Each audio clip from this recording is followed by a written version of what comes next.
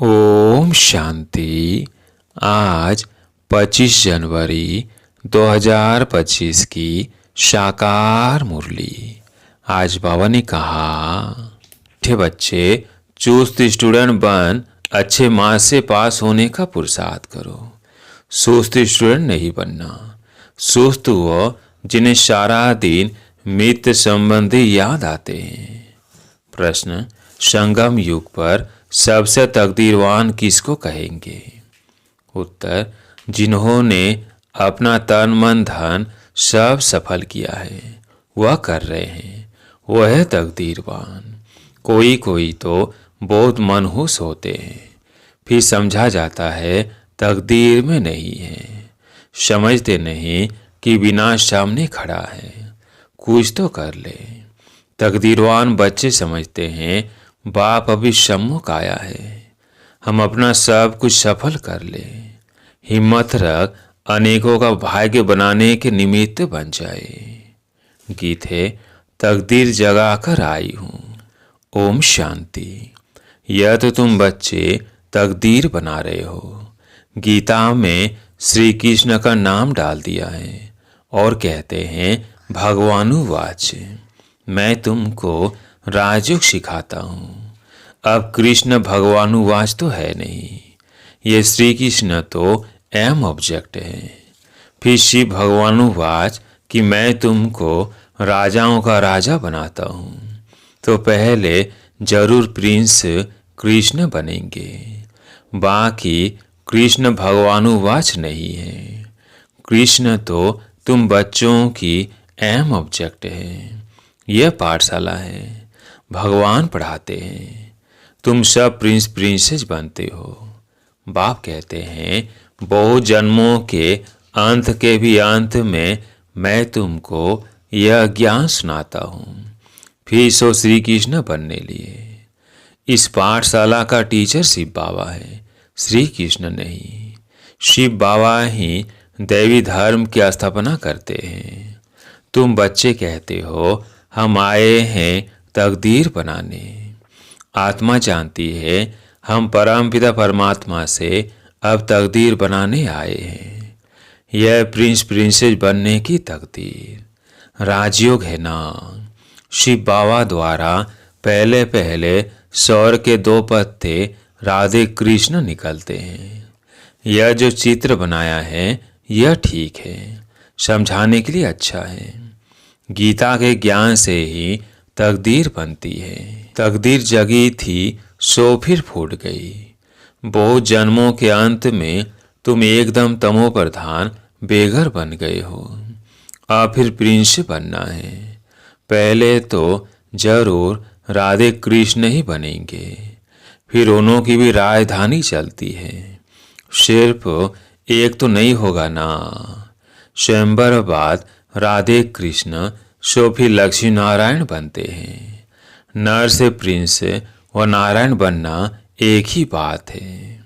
तुम बच्चे जानते हो यह लक्ष्मी नारायण स्वर्ग के मालिक थे। जरूर संगम पर ही स्थापना हुई होगी, इसलिए संगम युग को पुरुषोत्तम युग कहा जाता है। आदि सनातन देवी देवता धर्म की स्थापना होती है, बाकी और सब धर्म विनाश हो जाएंगे।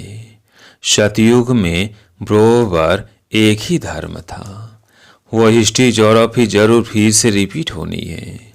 फिर से स्वर्ग की स्थापना होगी, जिसमें लक्ष्मी नारायण का राज्य था, परिस्तान था। अभी तो कब्रिस्तान है। सब काम चिता पर बैठ भस्म हो जाएंगे। सतयुग में तुम महल आदि बनाएंगे। ऐसे नहीं कि नीचे से कोई सोने की द्वारिका व लंका निकल आएगी। द्वारिका हो सकती है, लंका तो नहीं होगी। गोल्डन एज कहा जाता है राम राज्य को। सच्चा सोना जो था वो सब लूट गया। तुम समझाते हो भारत कितना धनवान था, अभी तो कंगाल है। कंगाल अक्षर लिखना कोई बुरी बात नहीं है। तुम समझा सकते हो सतयुग में एक ही धर्म था और कोई धर्म हो नहीं सकता। कई कहते हैं यह कैसे हो सकता, क्या सिर्फ देवता ही होंगे? अनेक मतांतर है, एक न मिले दूसरे से। कितना वंडर है, कितने एक्टर्स हैं। अब ईश्वर की स्थापना हो रही है, हम स्वर्गवासी बनते हैं, यह याद रहे तो सदा हर्षित मुख रहेंगे। तुम बच्चों को बहुत खुशी रहनी चाहिए, तुम्हारी एम ऑब्जेक्ट तो ऊंच है ना। हम मनुष्य देवता स्वर्गवासी बनते हैं, यह भी तुम ब्राह्मण ही जानते हो कि स्वर्ग की स्थापना हो रही है, यह भी सदैव याद रहना चाहिए। परंतु माया घड़ी घड़ी भुला देती है, तकदीर में नहीं है तो सुधरते नहीं। झूठ बोलने की आदत आधा कल्प से पड़ी हुई है, वो निकलती नहीं। झूठ को भी खजाना समझ रखते हैं, छोड़ते ही नहीं। तो समझा जाता है इनकी तकदीर ऐसी है। बाप को याद नहीं करते, याद भी तब रहे जब पूरा ममत्व तो निकल जाए। सारी दुनिया से वैराग्य, मित्र संबंधी आदि को देखते हुए जैसे देखते ही नहीं। जानते हैं यह सब नरकवासी कब्रिस्तानी है, यह सब खत्म हो जाने हैं। अब हमको वापिस घर जाना है, इसलिए सुख धाम शांति धाम को ही याद करते हैं। हम कल स्वर्गवासी थे, राज्य करते थे, वो गंवा दिया है, फिर हम राज्य लेते हैं। बच्चे समझते हैं भक्ति मार्ग में कितना माथा टेकना, पैसे बर्बाद करना होता है। चिल्लाते ही रहते, मिलता कुछ भी नहीं। आत्मा पुकारती है बाबा आओ, सुख धाम में ले चलो। सो भी जब अंत में बहुत दुख होता है तब याद करते हैं। तुम देखते हो अब यह पुरानी दुनिया खत्म होनी है, अभी हमारा यह अंतिम जन्म है। इसमें हमको सारी नॉलेज मिली है, नॉलेज पूरी धारण करनी है। अर्थक्वेक आदि अचानक होती है ना। हिंदुस्तान पाकिस्तान के पार्टीशन में कितने मरे होंगे। तुम बच्चों को शुरू से लेकर अंत तक सब मालूम पड़ा है, बाकी जो रहा हुआ होगा वह भी मालूम पड़ता जाएगा। सिर्फ एक सोमनाथ का मंदिर सोने का नहीं होगा, और भी बौद्धों के महल मंदिर आदि होंगे सोने के। फिर क्या होता है, कहाँ गुम हो जाते हैं? क्या अर्थक्वेक में ऐसे अंदर चले जाते हैं जो निकलते ही नहीं, अंदर सड़ जाते हैं? क्या होता है? आगे चल तुमको पता पड़ जाएगा। कहते हैं सोने की द्वारिका चली गई, अभी तुम कहेंगे ड्रामा में वो नीचे चली गई। फिर चक्र फिरेगा तो ऊपर आएगी, सो भी फिर से बनानी होगी। ये चक्र बुद्धि में सिमरण करते बड़ी खुशी रहनी चाहिए। यह चित्र तो पॉकेट में रख देना चाहिए। यह बैज बहुत सर्विस लायक है, परंतु इतनी सर्विस कोई करते नहीं है। तुम बच्चे ट्रेन में भी बहुत सर्विस कर सकते हो, परंतु कोई भी कभी समाचार लिखते नहीं है कि ट्रेन में क्या सर्विस की। थर्ड क्लास में भी सर्विस हो सकती है। जिन्होंने कल पहले समझा है, जो मनुष्य देवता बने हैं वही समझेंगे। मनुष्य देवता गाया जाता है, ऐसे नहीं कहेंगे कि मनुष्य क्रिश्चियन व मनुष्य सिख, नहीं। मनुष्य देवता बने अर्थात आदि सनातन देवी देवता धर्म की स्थापना हुई।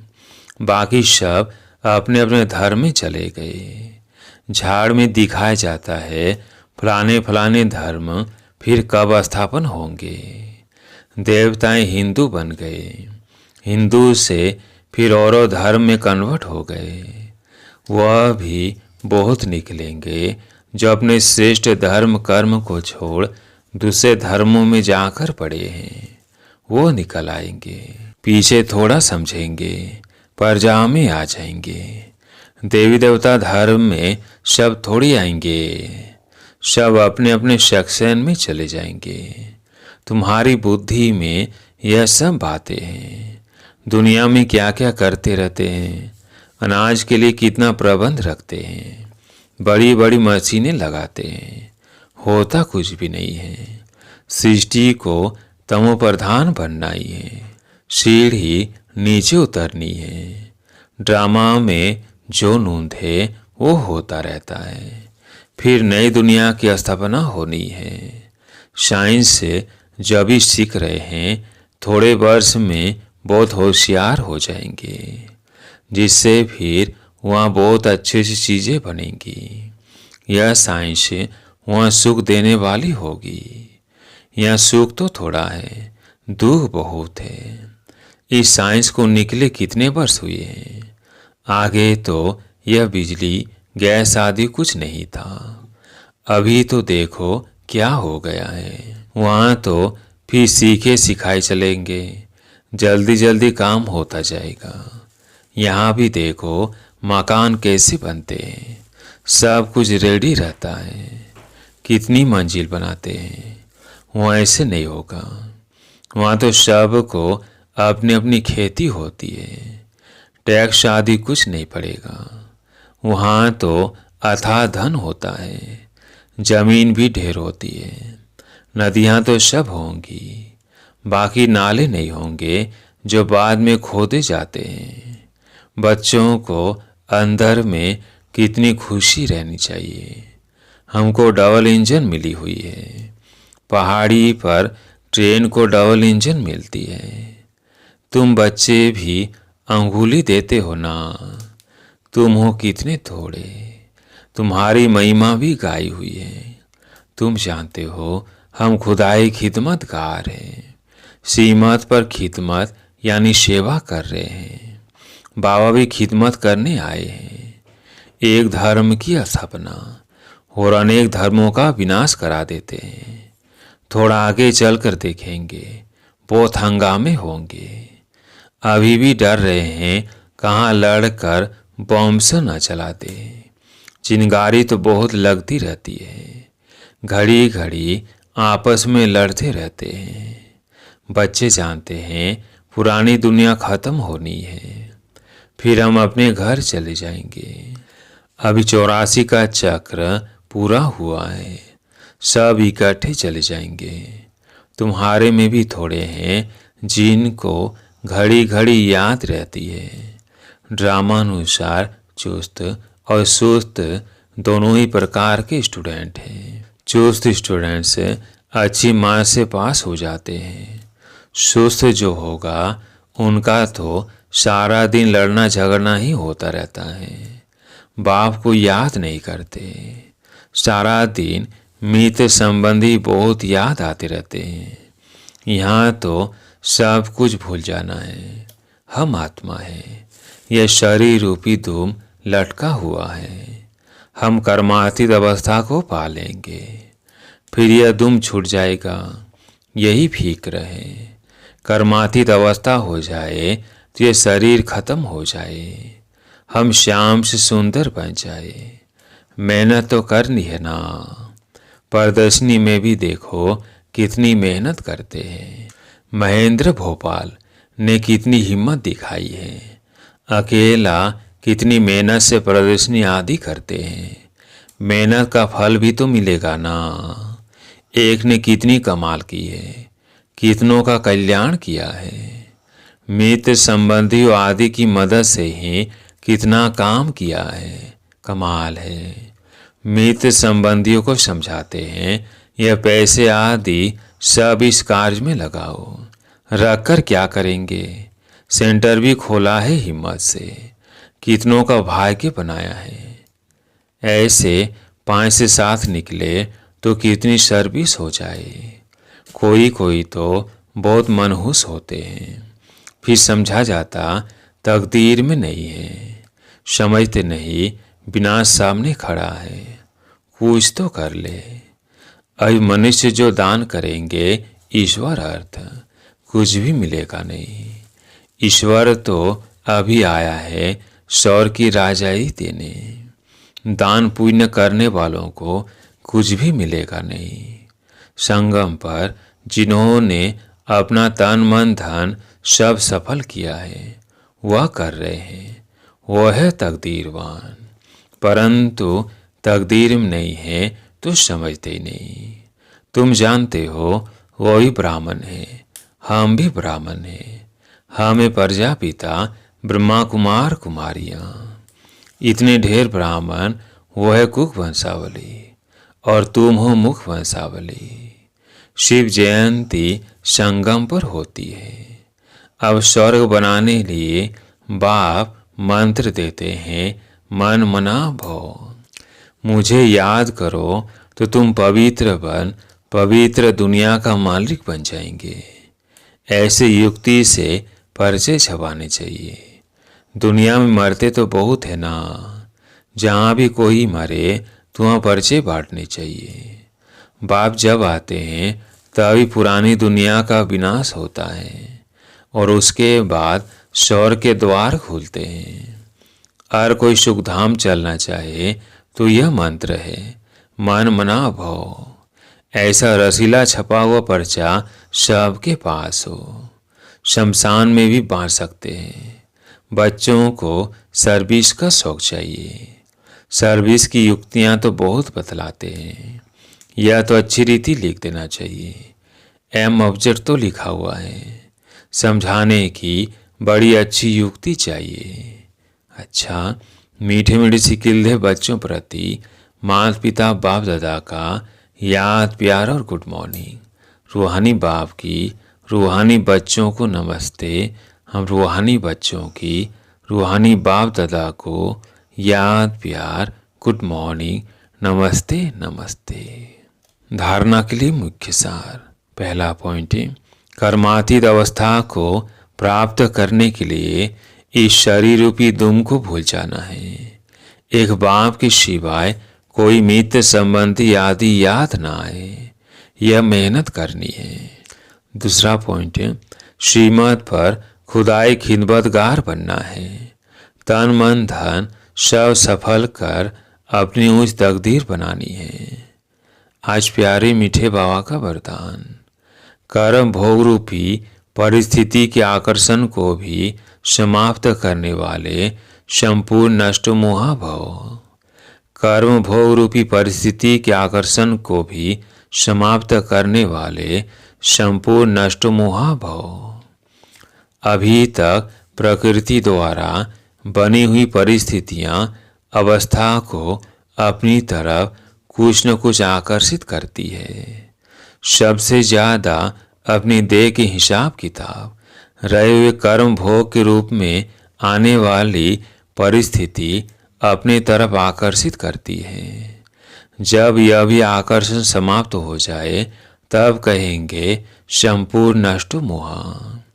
कोई भी देह की वह देह की दुनिया की परिस्थिति स्थिति को हिला नहीं सके।